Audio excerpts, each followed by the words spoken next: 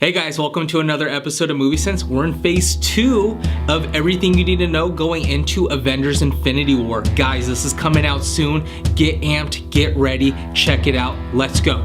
Let's talk about Iron Man 3. We're coming from the last movie where we had the first epic team up of the Avengers and the after credit scene hinting at the coming of Thanos. Wow, where do I begin with this one? Let's flash back to 1999 where Tony Stark was not Iron Man, but was going full Tony, partying it up, laughing it up, and totally standing up Aldrich Killian, a scientist and owner of Advanced Idea Mechanics. Sad moment. Now we are in the current day 2013 and there's a new villain on the news who goes by the name of Mandarin, who's responsible for bombings worldwide. I did that. This villain becomes a particular person of interest of Tony when his next victim was none other than Happy Hogan, brother. Let me tell you something, Mean Gene. Tony Stark's bodyguard, chauffeur, and bromance. Happy is injured, but not dead, which fuels Tony Stark to publicly call out the Mandarin, and in return, his house gets blown up. He gets close to being a goner himself, but escapes to rural Tennessee by way of his Iron Man suit. He's investigating a string of explosions in Tennessee and soon learns that the cause of these explosions is due to the extremist treatment that is rejected from those who have taken it. What is extremist? It's a product from none other than Aldrich Killian. You remember that guy? Well, it is later revealed that the real Mandarin all along was Killian and not this guy? What? Trevor Slattery? Don't hurt the face, I'm an actor. Killian exposes Pepper Potts, Tony Stark's assistant and girlfriend, to the treatment, which is later proven a huge mistake on Killian's part.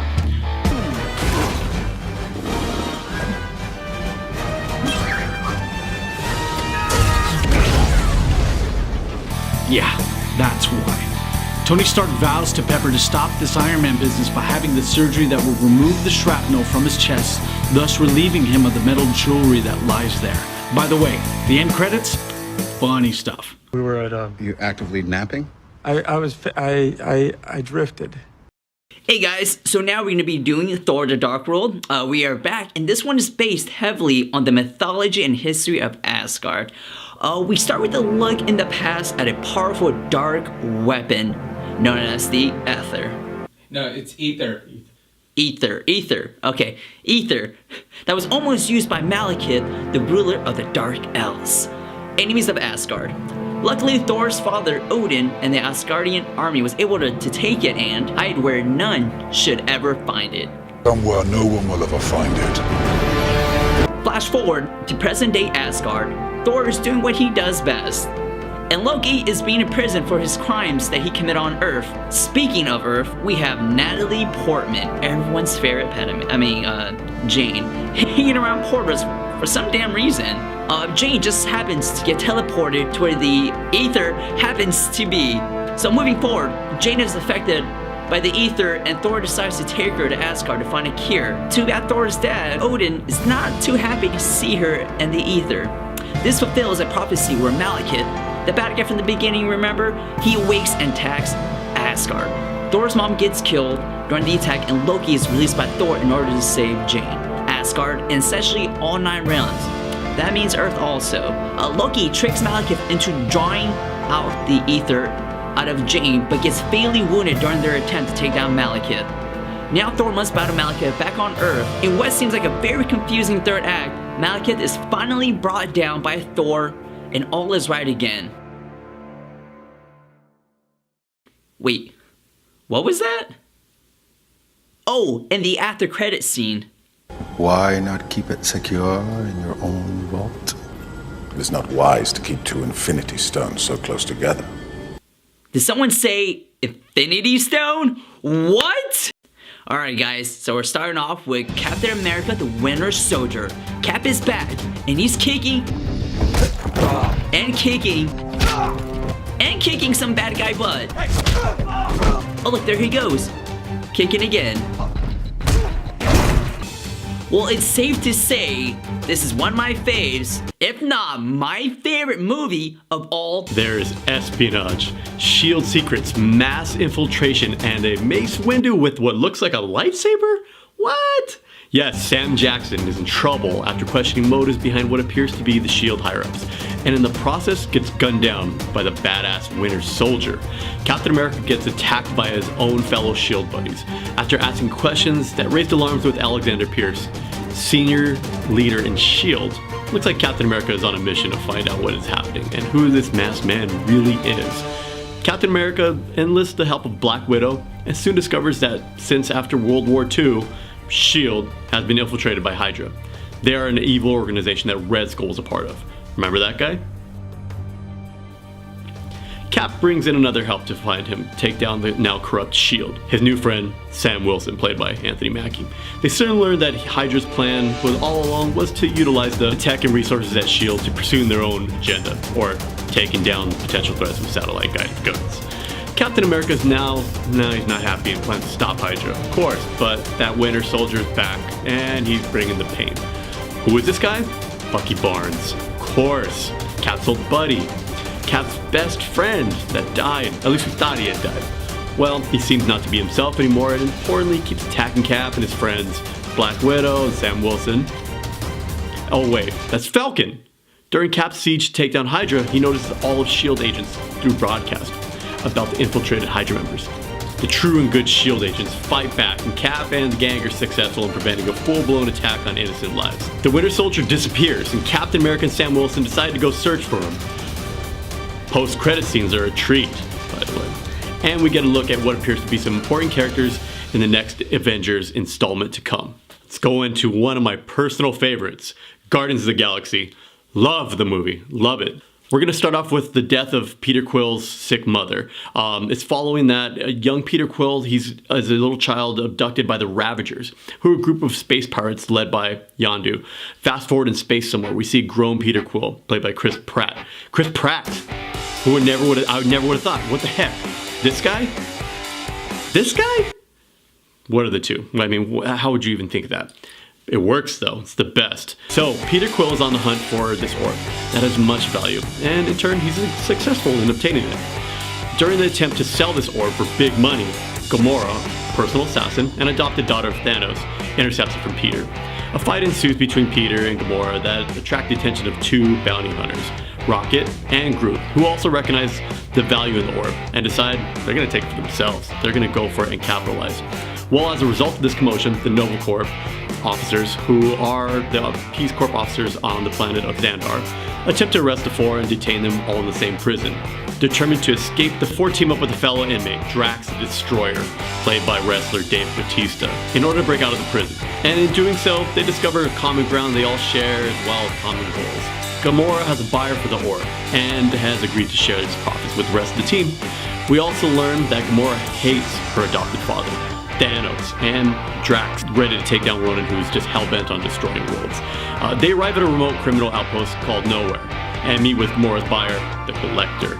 The Collector soon reveals that the orb possesses one of the Infinity Stones, the Power Stone. Soon after, Ronan shows up causing trouble, totally whooping on Drax, who just never stood a chance. Ronan takes the Power Stone and he leaves the Guardians in the dust.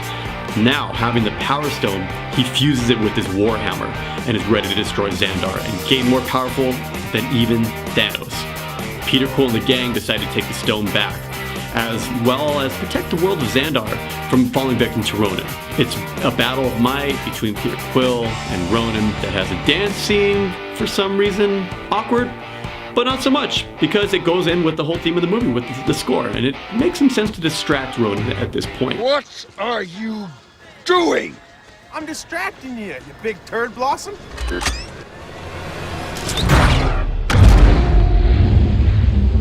It ends with Peter Quill getting a hold of the Power Stone and gaining its immense power, but it's a bit too much for him to hold, until it is shared amongst the whole group of the Guardians, who use the newfound strength to defeat Ronan.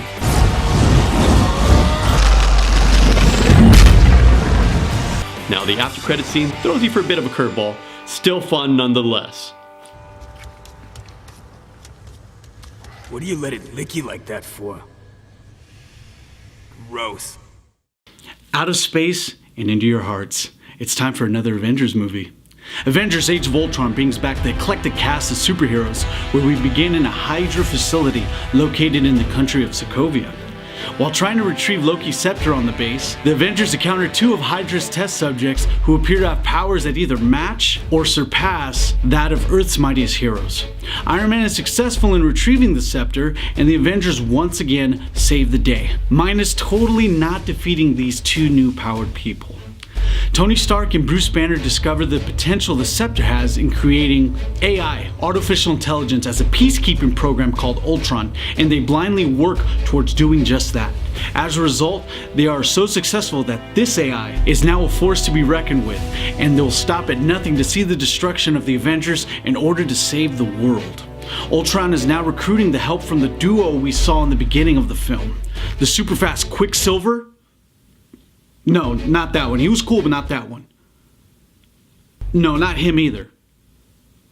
Yes, that one. Hey, can I see the first one again? No, you can't. And the very mystic and mind-bending Scarlet Witch.